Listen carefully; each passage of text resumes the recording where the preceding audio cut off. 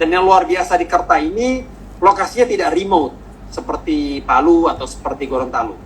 Dia di dekat akses jalan, jadi kita tidak usah bangun jalan lagi.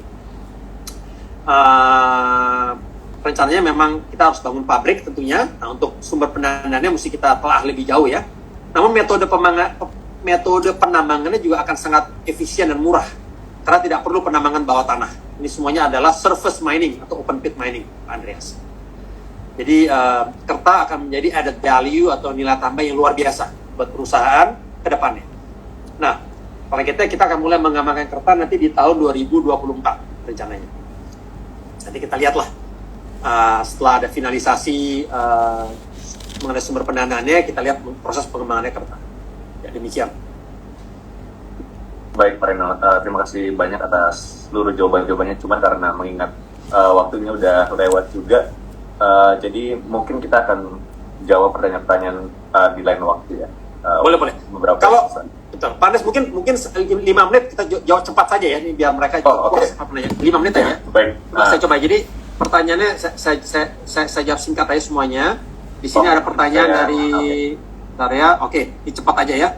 Pertanyaan dari Pak Luki, berapa biaya produksi emas per ounce BRMS? Sudah kita jawab tadi.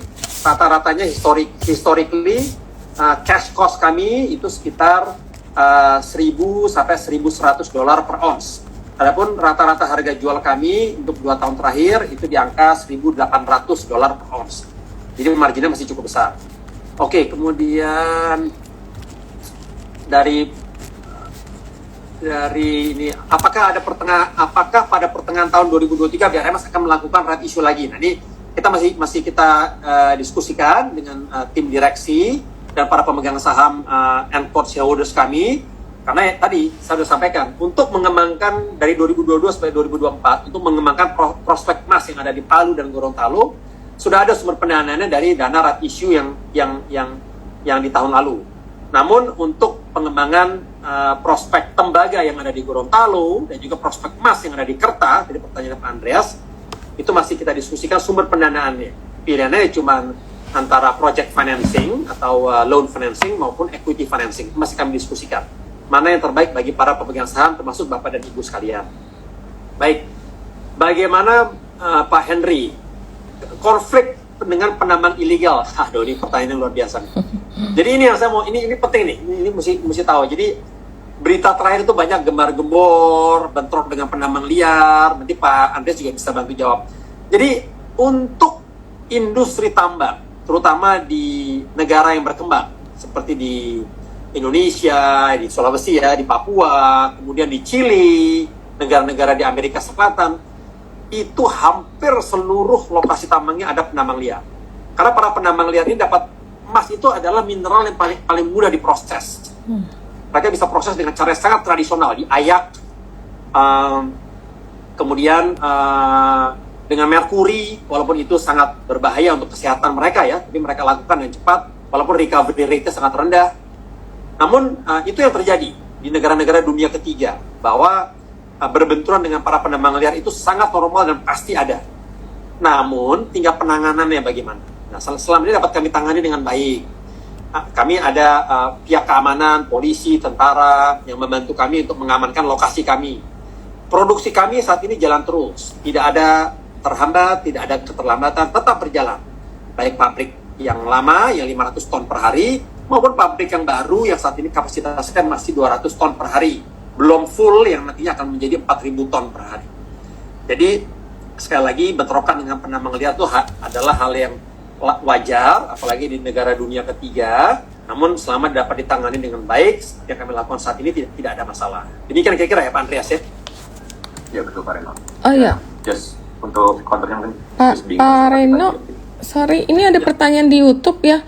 Beberapa hari lalu ada berita di media tentang demonstrasi besar masyarakat ke tambang Praboya. Boleh dijelaskan sejauh mana operasi pertambangan mendapat dukungan dari masyarakat sekitar tambang?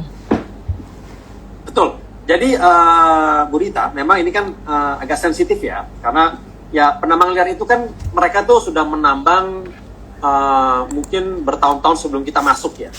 Tapi kan konsesi tambang ini juga kami miliki ada biayanya.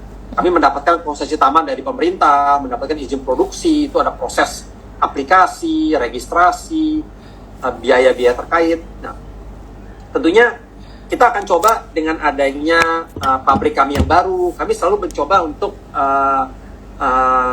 merekrut para putra daerah di lokasi sekitar, sehingga para penambang liar ini beralih profesi, Bu, menjadi kayak kayak salah satunya sebagai driver perusahaan, sebagai operator peralatan tambang perusahaan. Selama ini yang tidak terlalu unskilled labor itu bisa kami pekerjakan, seperti mereka sebagai bagian kebersihan, Bu, kemudian sebagai satpam, semua itu dari orang lokal, dari Palu yang kami hire.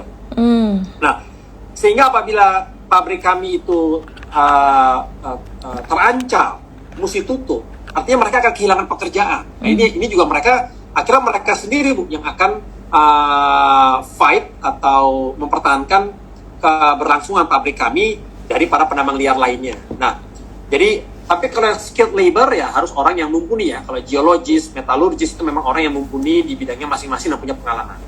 Tapi kalau yang unskilled labor itu banyak sekali, Bu, yang kita pekerjakan dari orang-orang lokal yang tadinya penambang liar beralih menjadi karyawan kami. Nah, itu yang coba kami jalani ya.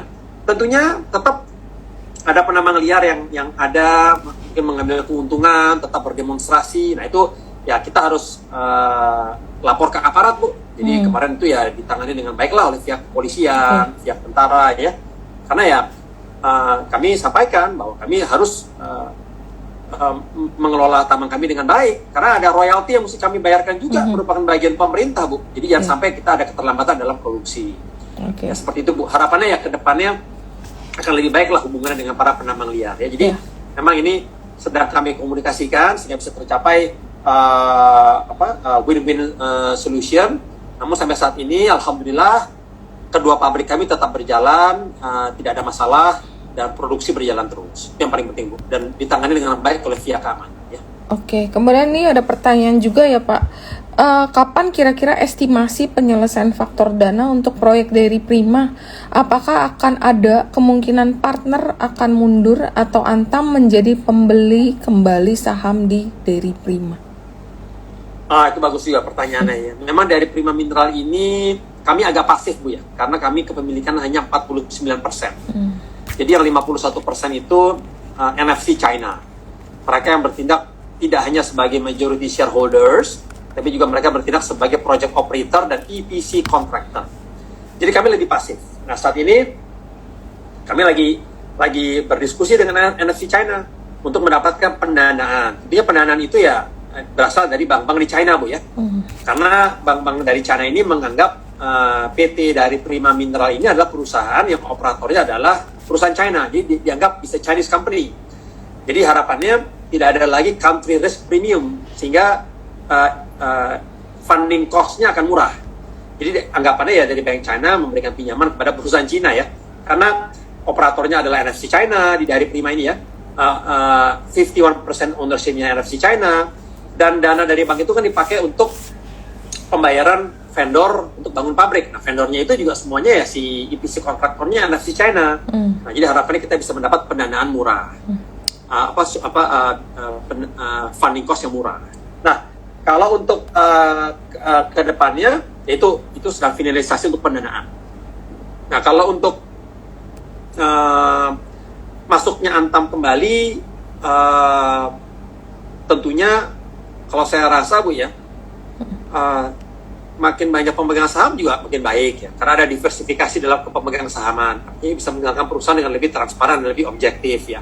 Kami sih terbuka saja, Bu ya, tapi memang semua diskusi saat ini ya di lead atau diinisiasi oleh oleh NFC China sebagai operator dan majority shareholders, Bu. Ya, demikian. Oke, mungkin ini pertanyaan terakhir yang ada di YouTube nih, Pak ya.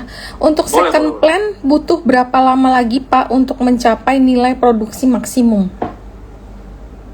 Gimana, Bu? Sorry, Bu. Untuk second plan butuh berapa lama untuk mencapai nilai produksi maksimum? Oke, jadi tadi udah kita jelaskan ya. Pertanyaan oke. Second plan untuk pabrik kedua itu di kuartal keempat tahun ini itu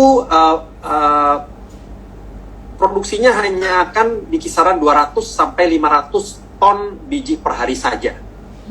Nah, di kuartal pertama, artinya Januari sampai Maret 2023, itu targetnya akan meningkat di level 1.000 sampai 2.000 ton biji per hari. Jadi signifikan peningkatan.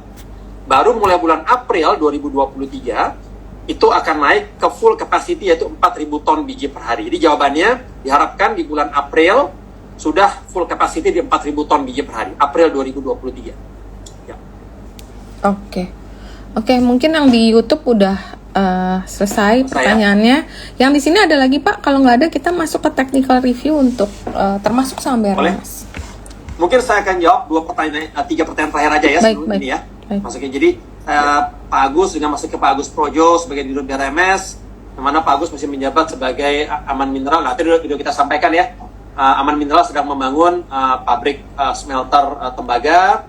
Harapannya ya di Gorontalo akan ada cost saving untuk pembangunan pabrik, cukup membangun pabrik untuk mengolah si biji tembaga sampai menjadi konsentrat saja. Nanti konsentratnya dapat kami supply ke pemilik smelter seperti salah satunya Aman Mineral yang dapat mengolah sampai menjadi copper cathode yang dapat diekspor. Artinya akan ada cost saving di Gorontalo Mineral atau di BRMS, tidak perlu membangun smelter. Baik, kemudian dengan masuknya Pak Agus Projo sebagai Dirut, kerjasama strategis apa? Oke, tadi udah kita sampaikan ya, udah kita jawab tadi Pak Agus ya. Ini Pak, ada kira-kira di Desember 2022 nanti akan ada lagi penambahan atau pendapatan lain-lain yang berasal dari right of receivable atau enggak? Dan satu lagi yang mungkin belum dijawab adalah untuk lokasi pabrik emas di Palu, apakah hanya 2 pabrik ini yang sudah selesai gitu Pak? Oke. Betul. Saat ini di Palu hanya 2 pabrik yang selesai, betul. Jadi yang pabrik pertama 500 ton biji per hari yang sudah beroperasi sejak di awal 2020, dan pabrik kedua yang kapasitasnya 8 kali lebih besar, yaitu 4.000 ton biji per hari yang baru selesai di bulan Oktober bulan lalu dan mulai beroperasi di akhir Oktober awal November ini. Betul. Tadi mengenai pertanyaan berikutnya Pak Des, di Desember 2022 ya. Iya, pendapatan lagi. Baik, pendapatan lain-lain. Yang pasti kalau pendapatan lain-lain yang dari collection receivable atau tagihan ya, yang seperti yang dilakukan di tahun lalu dari Kerta itu sudah tidak ada lagi. Karena itu hanya rutin ya, bersifat 1 kali saja. Adapun untuk pendapatan lain-lain dari inventory revaluation itu masih bisa ada walaupun tidak besar. Apa itu inventory revaluation? Itu adalah stockpile yang ditinggalkan oleh para penambang liar yang tercecer, yang akhirnya harus kami bersihkan dengan cara ya kami olah, kami proses di pabrik kami untuk kami jual. Walaupun kadarnya sangat rendah, di bawah 1 gram per ton. Nah, karena stockpile itu kami dapatkan cuma-cuma, sudah ada tercecer di surface di area kami, maka ya pembukuannya sebagai penambahan inventory dan sebagai pendapatan lain-lain di PNL. Karena tidak kami beli, tapi kami dapatkan dengan cuma-cuma, itu sisa penambang liar. Nah, itu mungkin masih ada Pak Andreas, walaupun kecil. Adapun pendapatan lain-lain dari penghapusan payables, tampaknya mungkin sudah tidak ada. Walaupun ada, sangat kecil sekali ya. Biasanya itu terjadi karena ada vendor-vendor yang terpilih kembali untuk membangun pabrik berikutnya.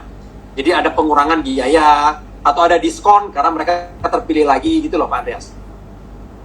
Nah, seperti itu mungkin ya. Tadi perkembangan dengan tambang emas Kerta tadi sudah dijawab ya Pak Andreas ya, sudah jelas saya rasa ya, jadi nggak ada masalah. Kemudian sudah terjawab semua. Kayaknya udah semua ya. Oke, kayaknya udah semua Pak Andreas. Jadi kita bisa masuk ke technical review. Mungkin Pak Andreas, Bu Rita. Saya share untuk. Thank you ya. Bentar.